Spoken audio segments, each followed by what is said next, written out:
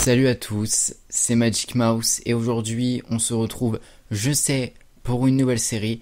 Une série un petit peu plus sombre que d'habitude, d'ailleurs vous allez le voir puisque l'étalonnage est différent de d'habitude, et oui, puisque aujourd'hui on se retrouve pour une nouvelle série qui vise à faire un petit tour sur toutes les légendes urbaines qui entourent les parcs Disney, mais pas que les parcs Disney, les légendes urbaines qui entourent les films Disney, tout ce qui touche à Disney, tout ce qui touche au paranormal, même les histoires des attractions qui font un petit peu peur. Bienvenue dans Stranger Disney.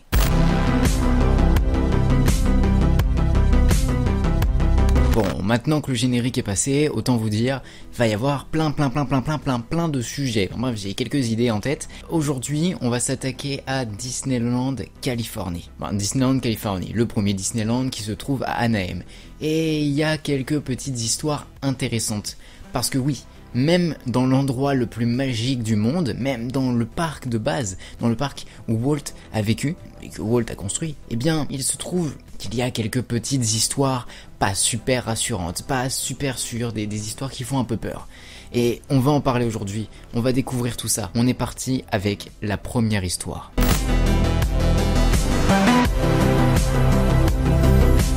Nous sommes en 1973, River of America qui longe Frontierland, New Orleans Square et Chrysler Country va être témoin d'un événement dramatique. Deux garçons, presque en âge d'être des adolescents, vont essayer de prolonger leur séjour sur le parc en allant squatter Tom Sawyer Island. Et il faut savoir que ce petit îlot qu'est Tom Sawyer Island n'est accessible qu'avec un bateau. Bon, déjà, les petits sont pas très malins. Parce que comment tu fais pour revenir, je sais pas.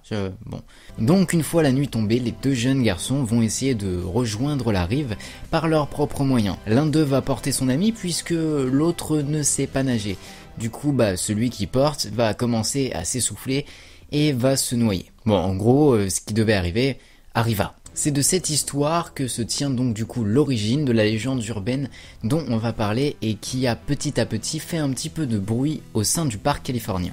Les cast members ont l'air de dire qu'ils se sentent souvent observés et certains ont même vu des ombres bouger dans les couloirs, dans les méandres de l'attraction. Des spécialistes du paranormal américain ont l'air de dire et ont l'air de penser que Tom Sawyer Island est un lieu propice pour les événements surnaturels. De même pour la station Skyway où un responsable de la maintenance fit une chute fatale lors d'une réparation de l'attraction qui est aujourd'hui fermée.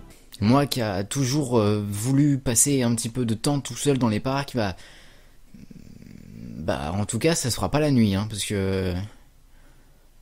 Non.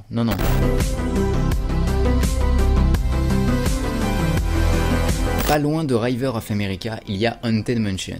Et même si ça peut paraître ironique, il y a une histoire un peu morbide. Un jour, une femme est venue voir la direction du parc pour leur faire une demande fort étonnante. Elle est arrivée en tenant dans ses mains les cendres de son enfant. Elle est donc venue demander l'autorisation à la direction de pouvoir répandre les cendres de son fils dans Haunted Mansion, qui était son attraction préférée.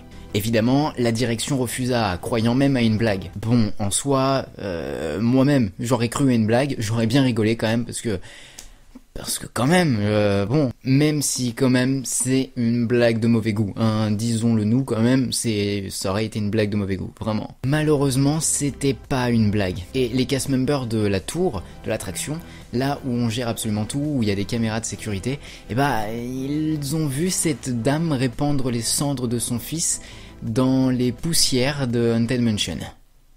Voilà, très glauque. Depuis ce jour, on entenda fréquemment des gens, des cast members, des guests dire qu'ils avaient pu voir le fantôme du petit garçon pleurer et réclamer sa maman. Bon, on part sur une base, en gros, ils ont pris une attraction qui fait très peur et ils l'ont rendue 50 fois plus flippante. C'est...